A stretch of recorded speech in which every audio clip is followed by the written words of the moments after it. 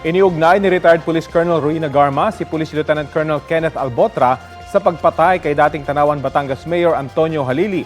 Si Albotra na ipatatawag na House Quad Committee sa susunod na pagdinig, itinanggi ang sinabi ni Garma. Balita hatid ni Emil Sumangil.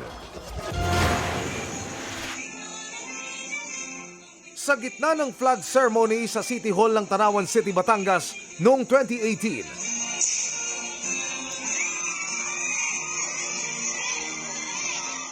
binaril at napatay ng isang sniper ang alkalde ng lungsod na si Antonio Halili.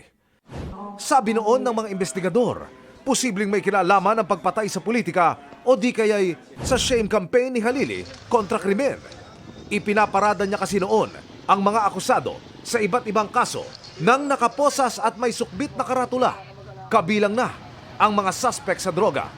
Pero napabilang pa rin siya sa tinaguriang Duterte Drug List o yung listahan ng mga umunoy protector, financier at drug lord sa bansa na inilabas ni dating Pangulong Duterte.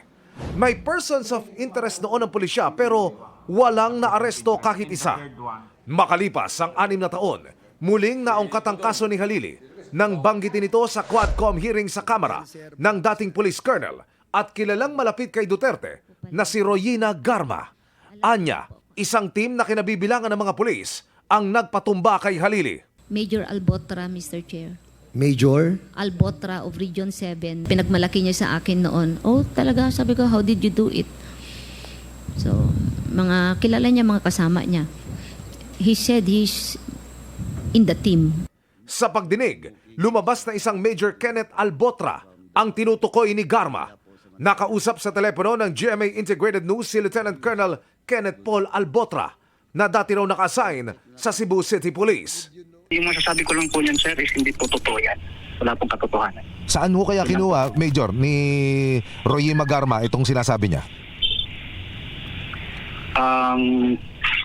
Tingin ko po, talagang, ano na po si ma'am, confused na po siya sa mga nangyayari sa buhay niya po ngayon. At ako'y naawa po sa kanya. Hindi po totoo yung sinasabi ni ma'am, yun lang po. Matipid ang sagot ni Albotra. Hindi na siya nagbigay ng karagdagang detalye. Kayo ba'y nasa PNP pa rin, Major? Nasaan po kayo naka-assign ngayon, Major? Dito po sa Pero 7.